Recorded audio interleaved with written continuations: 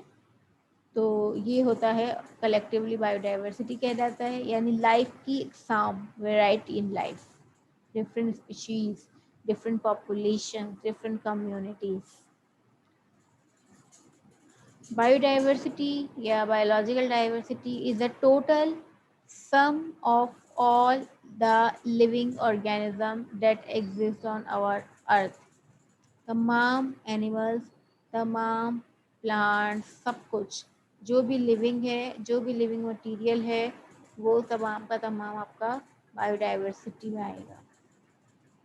अच्छा, ये the living wealth is the product of hundred of millions of years of evolutionary history. ठीक है, ये लिविंग वेल्थ जो है ना, ये कोई 2-4 सालों की बात नहीं, करोड़ों अरबों साल से ये सिलसिला चल रहा है, तब जाके आज जो ये बायोडाइवर्सिटी नज़र आ रही है वो आपको जो है मौजूद है, नज़र आ रही है कि ये मिलियंस ऑफ ईयर्स की कहानी है, तब से चल रहा है, तब जाके ये एक खिचड़ी पकी है, एक बायोडाइवर्सिटी हुई है, ये जो है मुख्तलिफ चीज़ों का एक मजमुआ आपको मिला है। इसके ऊपर डिटेल्ड लेक्चर हम देखेंगे तो फिर वो ठीक से समझ आएगा।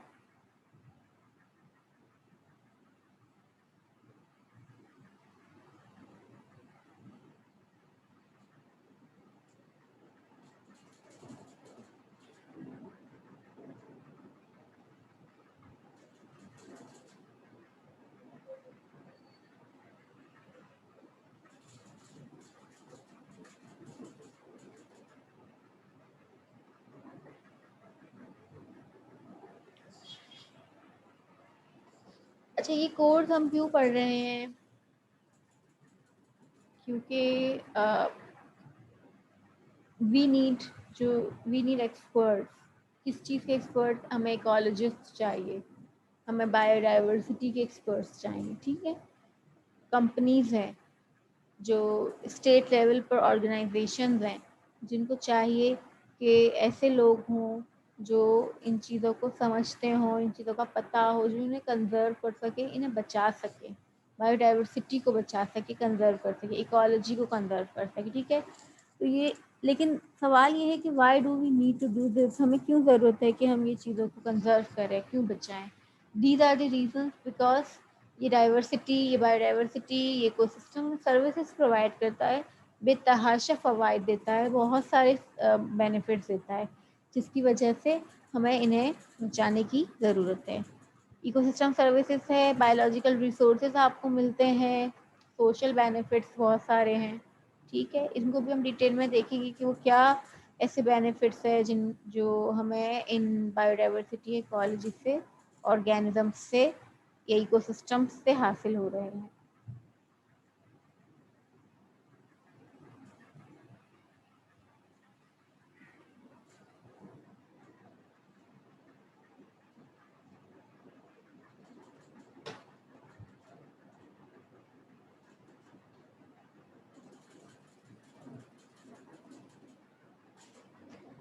So, why do we study? Unlike biology, ecology refers to the study of not just organisms, but how they react and are affected by the natural surrounding environment or ecosystem. ठीक है, बायोलॉजी में आप क्या पढ़ते हैं? Organism के बारे में पढ़ते हैं। इकोलॉजी में आप ऑर्गेनिज्म को भी पढ़ते हैं और ऑर्गेनिज्म का ताल्लुक भी पढ़ते हैं नॉन लिविंग एनवायरनमेंट से, कि वो वहाँ पर किस तरह जो है वो काम कर रहा है, या एबायोटिक फैक्टर्स का उसके ऊपर क्या असर नुमाया हो रहा है, कैसे चेंजिंग आ रही है इसमें, ये सब कुछ इकोलॉजी में आता है।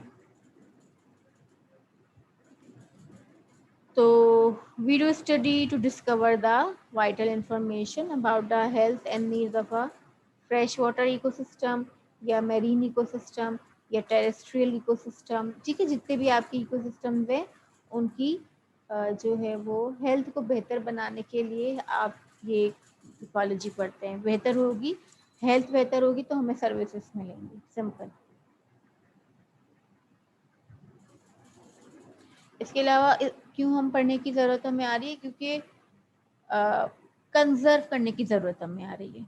ठीक है, कंजर्व कर, अगर प्रॉब्लम ही नहीं होती तो हम इसकी तरफ जाते ही नहीं। प्रॉब्लम ये है कि डिप्लीशन की तरफ जा रहे हैं, ऑर्गेनिज्म ख़त्म हो रहे हैं या ख़राब हो रहे हैं। अगर इकोसिस्टम की बात, अगर गंदगी बढ़ रही है, तो हमें इन चीज़ों को रोकना है, जिसके लिए हमें स्टडी करनी है। ह्यूमन मॉडिफाई इकोसिस्टम, ये इंसान है जिसने इकोसिस्टम को मॉडिफाई किया है ना। पहले जो नेचुरली चल रहा था तो कोई मसला नहीं था, कोई कंजर्वेशन की ज़रूरत नहीं थी, तो कुछ पढ़ने की भी ज़रूरत नहीं थी। लेकिन अब चूंकि human has modified the ecosystem negatively as well, ठीक है, बहुत ज़्यादा नुकसान पहुंचा रहा है इकोसिस्टम को, खत्म हो रहा है, इकोसिस्टम तबाह हो रहा है, तो उसको कंजर्व करने की ज़रूरत है। दैट्स वाई वी स्टडी करेंगे तो हमें पता होगा कि क्या इम्पोर्टेंस है और क्या ऐसा करें कि कंजर्वेशन हो जाए। तरीक़ेकार आएगा, हमें स्टडी करने से आएगा। तो क्या ये थ्रेड्स हैं जो बायोडाइवर्सिटी को मौलाहक हैं, यानी जिसकी वजह से हमें कंजर्वेशन करने की ज़रूरत है। चिपो कह लें इन्हें, आसानी से याद हो जाएगा। These are the climate change, habitat destruction, introduced animals, pollution, pest plants, over harvesting, pollution from pesticides and fertilizers, habitat loss, drainage, invasive species, dam construction, urbanization, overuse of water, intensification of agriculture, navigation, flood elevation। ये तमाम वो काम है जो in fresh water या marine या terrestrial ecosystem को नुकसान पहुंचा रहे हैं। ये थ्रेट्स हैं सारे। इन थ्रेट्स के नतीजे में जो है ये इकोसिस्टम, ये इकोलॉजी, ये बायोडाइवर्सिटी तबाह हो रही है। और ये थ्रेट्स का जिम्मेदार कौन है? ये सब करने वाला इंसान है। ठीक है, वो जो है ओवर यूटिलाइजेशन ऑफ रिसोर्सेज कर रहा है, ओवर पॉपुलेशन और ओवर पोल्यूशन। ये तमाम दीज आर द रीजंस कि जिसकी वजह से हर चीज़ डैमेज हो रही है।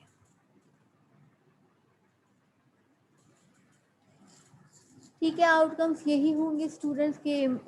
It will help to improve understanding on structures and functioning of ecosystems। ठीक है, आपको स्ट्रक्चर और फंक्शनिंग ऑफ इकोसिस्टम समझने में आसानी होगी कि इकोसिस्टम का स्ट्रक्चर क्या है, ऑर्गेनिज्म कौन कौन से हैं, फंक्शंस कैसे करते हैं, फ़ायदे क्या हैं।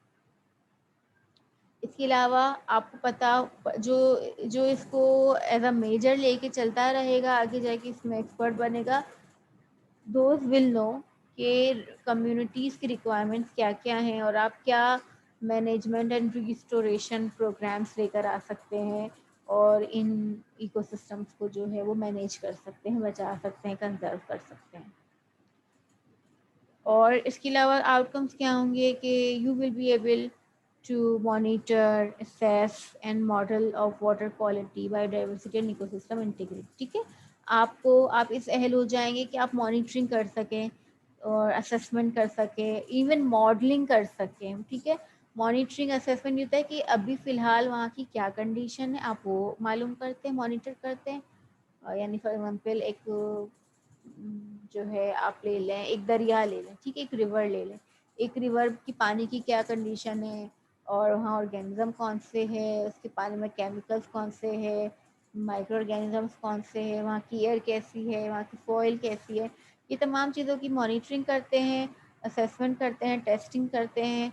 इसके बाद जो है आप मॉडलिंग भी कर सकते हैं। मॉडलिंग से मुराद ये है कि आप इन द फ्यूचर, अगर आज ये सूरत हाल है तो आज से 10 साल बाद क्या होगी ये बताने के भी आप काबिल हो सकते हैं, अगर आप इसको एज अ मेजर लेके चल। जाहिर है अब इस कोर्स में तो ये नहीं होगा क्योंकि हम तो बहुत ब्रीफली इससे बहुत बेसिक लेवल पर डिस्कस करेंगे, इंट्रोडक्शन है एक तरह का। लेकिन जो इसमें एक्सपर्टीज़ हासिल करना चाहते हैं वो फिर बहुत आगे तक जा सकते हैं। इसके अलावा आप डॉक्यूमेंटेशंस भी करने के अहल होंगे, रिसर्चिंग, रिपोर्ट राइटिंग और ये सब कुछ। ठीक है, in this course you will understand how and why organisms are, किस तरह एक दूसरे के ऊपर मुनहसर करते हैं ये ऑर्गेनिजम्स, और किस तरह इन्वायरमेंट को ये फ़ायदा पहुंचाते हैं। स्कोप क्या है, यानी जो एक्सपर्ट्स हैं वो कहाँ पर हायर होते हैं? देयर आर गवर्नमेंट ऑर्गेनाइजेशंस, इसके हवाले से बहुत सारी हैं, और नॉन गवर्नमेंट तो बेतहाशा हैं। फॉर एग्जाम्पल WWF है, वो भी कॉलेज बायोडाइवर्सिटी के ऊपर काम करते हैं।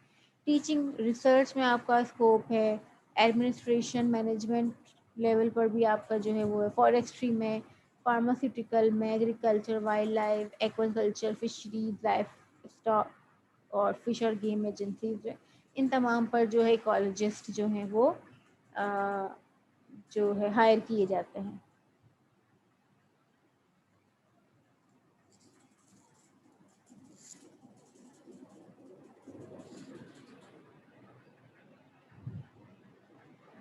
Thank you class.